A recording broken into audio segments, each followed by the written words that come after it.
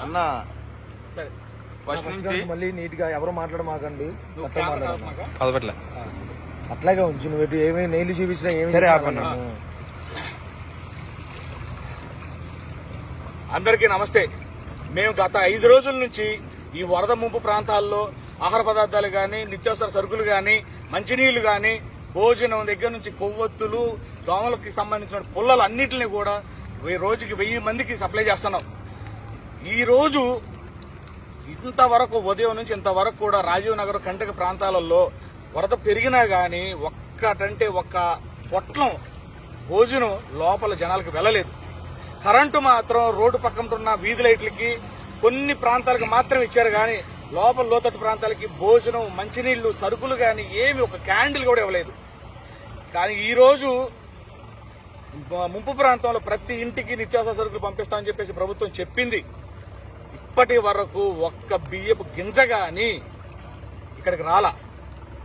కారణం ప్రభుత్వం యొక్క వైఫల్యం క్లియర్ గా కనపడుతుంది. డిస్ట్రిబ్యూట్ చేయడానికి వ్యవస్థ లేదు. ఒక ట్రాక్టర్ కి ఒక కానిస్టేబుల్ ని, ఒక వీఆర్ఓని పెట్టి, ఆ వార్డు వీఆర్ఓని పెట్టి పంపిస్తున్నారు. ఎవరు సప్లై చేయాలి? ఎవరు ఇవ్వాలి? ఎవరికి తోచినంత వాళ్ళు తీసుకెళ్తున్నారు. దాచుకునే వాళ్ళు దాచుకున్నారు తప్ప మిగతా వాళ్ళకి అందట్లేదు. నిన్న హుటాహుటిన ప్రభుత్వ యంత్రాంగాన్ని అంతా ఇక్కడ ఏ రోడ్డు ఉంటే ఆ రోడ్డు దగ్గర పెట్టి వాటికి 100 మందిని పెట్టి 100 లారీలు అయితే పెట్టి ఇచ్చారు కానీ అది ఏమైందో ఎక్కడికి వెళ్ళిందో తెలియదు.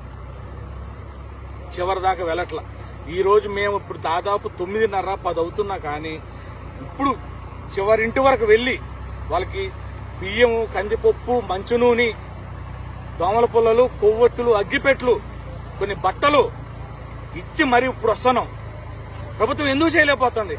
ప్రభుత్వం చేతుల్లో ఇంత యంత్రాంగం ఉంది, ఇన్ని వ్యవస్థలు ఉన్నాయి, ఎందుకు చేయలేకపోతుంది? అసలు వరద ఎందుకు పెరిగింది? తగ్గిన వరద ఎందుకు పెరిగింది? వర్షాలు తగ్గినాయి. వర్షాలు తగ్గి వారం రోజులైంది. ఒక్క వర్షానికి పడితే ఇంత వరద వస్తుందా విజయవాడలో? అలా అయితే ప్రతి సంవత్సరం వరద రావాలి కదా. రాత్రి పడ్డ వర్షం ఎన్ని సెంటీమీటర్లు పడింది? ఈ వరద వస్తుందా? పైన బుడమేరికి గండ్లు కొట్టి వరదని కిందకి దిగుదించి మునిగారుగా అని చెప్పేసి వాళ్ళ తిప్పలు వాళ్లే పడతారు అని చెప్పి వదిలేశారు.